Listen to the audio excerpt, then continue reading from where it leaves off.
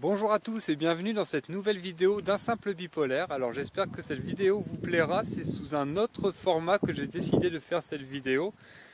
Et parce qu'on est en vacances dans les Pyrénées et que je voulais vous faire partager un petit peu les paysages que l'on voit. Donc actuellement on est au pied du pic du Midi puisque là-bas on voit le pic du Midi comme vous pouvez le voir. Alors il est caché par l'arbre, c'est dommage. Mais c'est pas grave. Dans cette vidéo, je vais vous présenter les différentes activités, les différentes choses que je mets en place pour rester stable. Et dans le cas où je suis dans une phase, comment je fais pour changer cette phase et redevenir plus stable et être dans un meilleur état. Donc la première des choses que je fais, c'est quand je suis en dépression, moi je suis bipolaire de type 2, donc j'ai des phases qui sont moins intenses que les bipolaires de type 1 et j'ai des phases qui sont plus tournées vers la dépression. Et la première chose que je fais quand je remarque que je suis en dépression, c'est que je vais aller me balader. Me balader, ça me permet de vraiment m'aérer l'esprit, changer d'air et changer mon état d'esprit. En général, quand je pars pour une balade, je n'ai pas le même état d'esprit quand je reviens par rapport à celui dans lequel je suis parti. Et dans la continuité, dans l'esprit de la balade, je pratique également la course à pied. Alors je sais que pour les personnes qui sont dépressives, c'est quelque chose qui est dur à faire de pratiquer une activité sportive, mais vous n'êtes pas obligé de pratiquer par exemple la course à pied, vous pouvez simplement marcher, ça va fonctionner tout aussi bien. Moi je pratique la course à pied parce que je le peux et parce que j'aime ça. Et donc je pratique ça tous les 2 ou 3 jours en général. Et sur pas des grandes distances parce que c'est pas très conseillé de faire des grandes distances et de faire trop de sport. Et ça me permet également de m'aérer l'esprit comme la balade. Ça me permet de changer d'air, de me dépenser parce que c'est très important quand même de se dépenser parce que si on ne se dépense pas, à un moment donné, on a une énergie qui est stockée quelque part dans le corps et qui n'est pas forcément bonne à stocker. Et ça permet de se défouler dans quelque chose qu'on en apprécie particulièrement. Moi c'est la course à pied, d'autres ça peut être la boxe, ça peut être l'aviron, je sais pas, il y a plein de sports qui existent. Ça peut être des sports un peu plus doux comme le golf, la pétanque, ce sont des sports. À vous de choisir le sport qui vous correspond.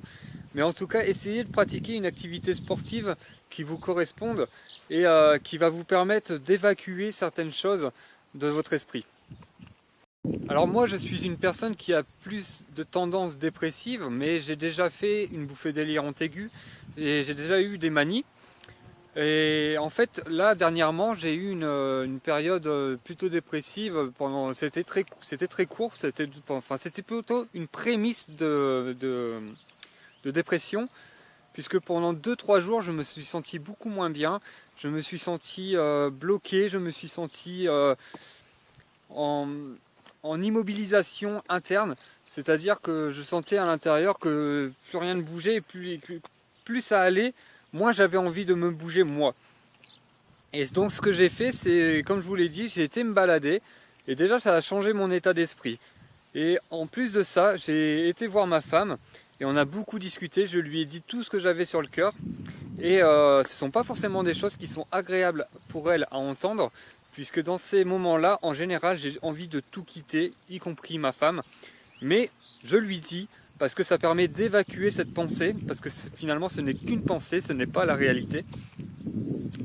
Et ça permet de l'évacuer.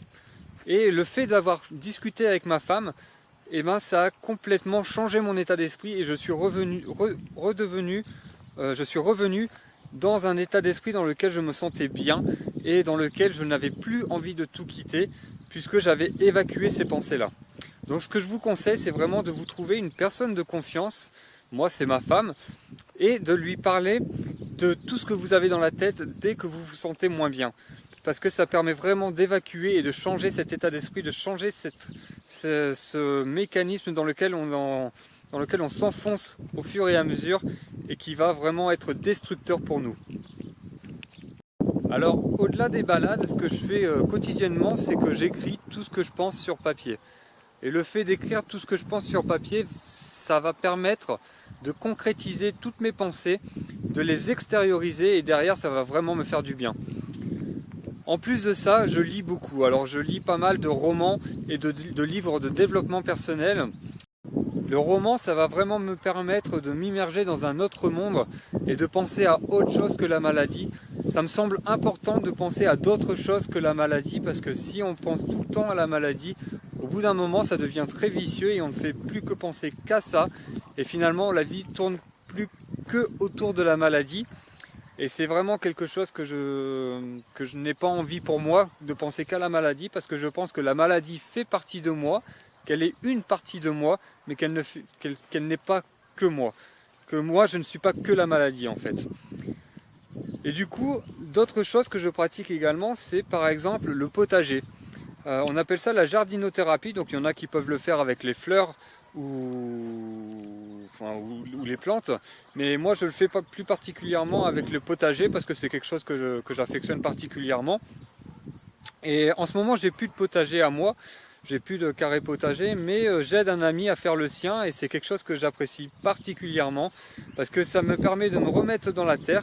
Et le potager, comme le bricolage, c'est une sorte de méditation dans laquelle on doit être concentré, dans laquelle on doit être patient et on doit vraiment mettre les mains dans la terre et réfléchir à ce qu'on fait. Et c'est une sorte de méditation que j'apprécie vraiment. Il y a quelque chose aussi qui est présent dans ma vie depuis 1 an, c'est un chien. Et en fait on appelle ça la cynothérapie, le fait que les chiens nous aident à aller mieux. Et que les animaux nous aident à aller mieux. Et en fait, c'est quelque chose que je remarque vraiment. Alors au début, ça me frustrait énormément parce que ce chien, il vient de la SPA. Et en fait, il est assez compliqué à gérer. Il est très gentil, il est très actif, mais il est assez compliqué à gérer en éducation. Il aboie très fortement envers les autres chiens, non pas par méchanceté, mais par curiosité, parce qu'il a envie de jouer tout le temps. Et en fait, c'est assez problématique quand on croise des chiens dans la rue.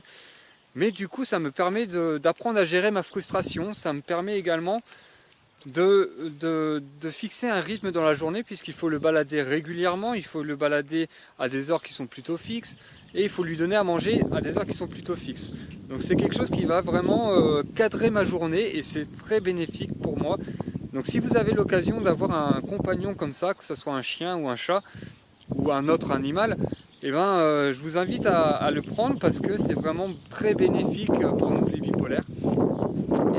Et même en tant que personne, c'est vraiment, ça vous donne de l'amour, ça vous donne une affection que beaucoup de choses ne pourraient pas vous donner. Donc voilà, c'est tout pour cette vidéo, c'est tout ce que j'avais à vous dire.